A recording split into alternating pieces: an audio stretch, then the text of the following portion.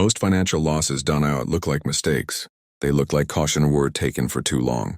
For millions of Americans over 45, the belief that playing it safe guarantees security has become one of the most expensive assumptions of their financial lives.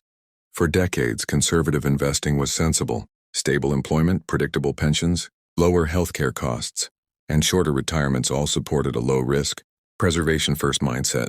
Saving steadily, avoiding volatility, and protecting principal worked because the financial environment rewarded patience more than growth. That environment no longer exists, but many strategies remain unchanged. Today, conservative investors are not failing because they are careless. They are losing because the rules changed while their approach stayed the same. The losses are quiet, gradual, and easy to ignore until they are not. Inflation is the first and most underestimated threat. It does not arrive as a crisis. It shows up as higher grocery bills, rising insurance premiums, and healthcare costs that creep upward year after year. Money kept in low-yield accounts may appear stable on paper, but its purchasing power erodes continuously. A dollar that does not grow loses value by default. Avoiding market risk does not avoid inflation risk. It guarantees exposure to it.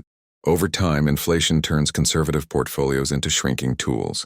What once felt safe slowly becomes insufficient.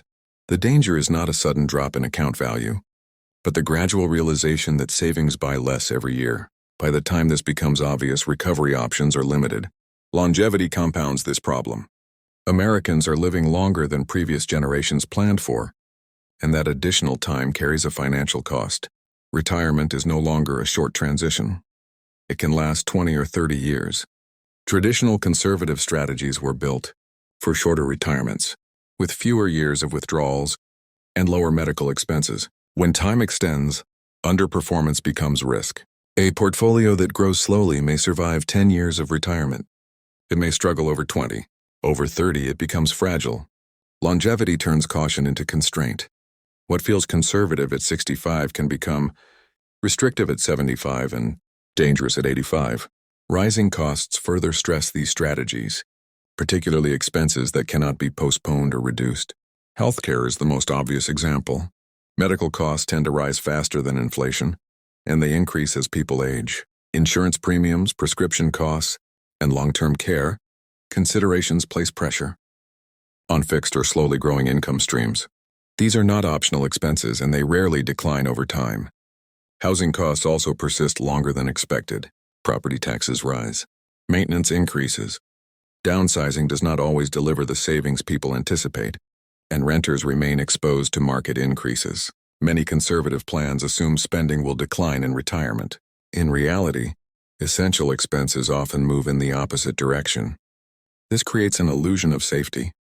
Conservative investors often feel disciplined and responsible because their balances do not fluctuate dramatically.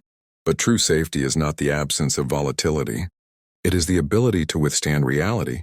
Avoiding short-term market movement can create long-term vulnerability when portfolios fail to grow enough to meet real-world costs. The phrase I'll adjust later is where caution becomes costly. Adjustments made early are manageable. Adjustments made later forced. The longer conservative strategies underperform, the fewer options remain. Working longer, spending less, or depending more on others becomes the default correction. This is not about fear, predictions, or promises. Markets remain uncertain. Life remains unpredictable. But clarity matters.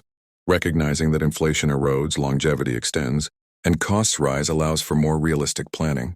Conservative does not have to mean static. Safety does not have to mean stagnation. The greatest financial regret rarely comes from doing something wrong. It comes from doing what once worked for too long. Conservative investors are quietly losing not because they took risks, but because they avoided them when time no longer allowed it. One day, caution and comfort diverge. The question is whether that realization comes early enough to act, or late enough to limit choices. The goal is not to eliminate risk. It is to avoid reaching the future and discovering that what felt safe was slowly moving you backward.